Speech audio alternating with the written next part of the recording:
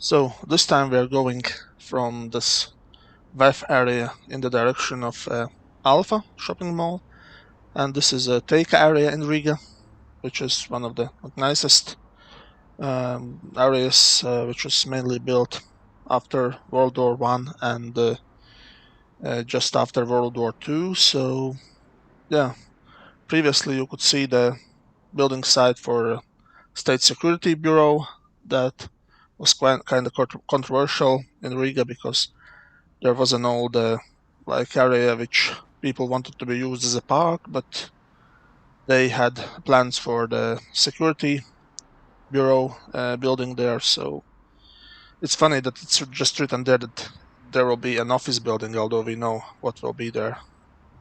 There will be the state security office. And what you see here on the right side is the little building for Teika.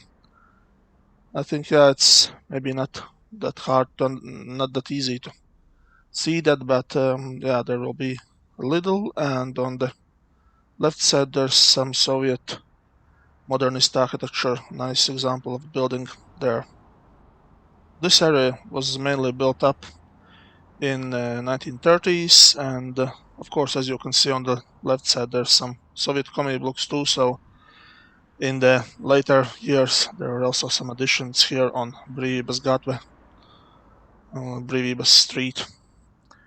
So yeah, they filled up the gaps there with Soviet buildings. And as you can see further on, if you look inside the inner yards, like if you go further from the street, and there on the right side there's the district municipality building, like the main office for the Teika district. This is also a Soviet period building, of course. But mainly there's a lot of pre-war buildings with the independent Latvia times and the Soviet architecture which was added later in the gaps of the street fabric. I like this area because there's the dormitories of University of Latvia, and where I used to live here in Teika, a bit further up the street. A lot of fond memories for me, of course.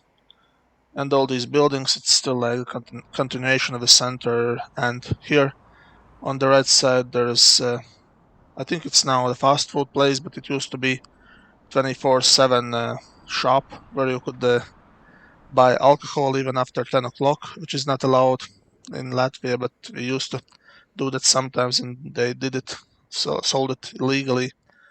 And here's the famous cafe that we used to frequent, Eilande, which is also like a cult place for this area. I really don't remember that they had these horses previously there, but maybe it was there. I don't know. But this just brings up all the memories that I had, and there are some newer buildings too. But this is a nice area because it looks pretty much like the center, although we are rather far away from Riga city center, like the old center built before the First World War. And there are also some nice buildings, like you can see that they are from the 30s, and the architecture of is like functionalist or modernist buildings is there. And there are some funny guys here, some kind of like robots from metal. I think there's some car workshop or something like that here. So it's just some these little quirks that you can see. And just right in front of us, there's the Zemitan Locums, which is named after a famous Latvian army general in the War of Independence. And it was built in 1929, and this building there in the background there was also the good example of 1930s Latvian functionalist architecture. So yeah, this is a bit historic place, like you see that in the background. Although maybe some buildings are not renovated, the facades are not looking that great, but actually there's not that much problem here. There are some Stalin's time buildings too, some later period buildings, but this area still looks kind of neat, and there's no like the run-down feeling, at least on the Brīvības street here, on the main street. If you go further on, and of course sometimes there's newer buildings also built there, and sometimes there are some old like wooden buildings that need some repairs and stuff like that. But at least it's not still the commie block territory fully, although there you can see on the right side that some commie blocks appear further away, like not directly facing the street, but they are there, they appear.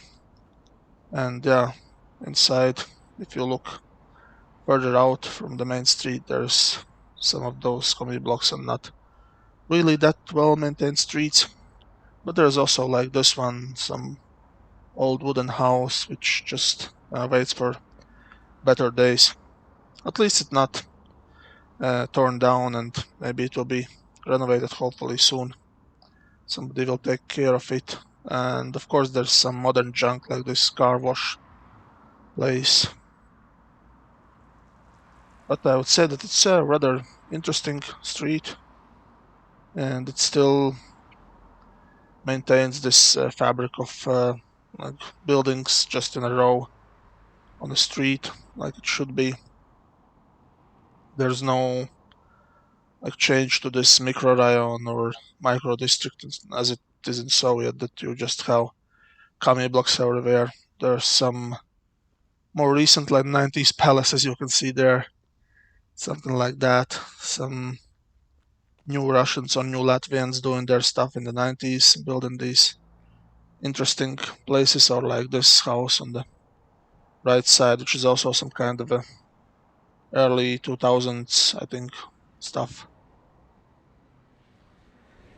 And yeah, this is the area that I really have fond memories from my student years, where I was sometimes, if I didn't have money, I just liked the walk. I went from the dormitories, which are now a bit back, to the Alfa shopping mall where I'm heading now, and I went to the cinema there, or some shops or cafes. So this brings up some memories because I'm not that often I'm here.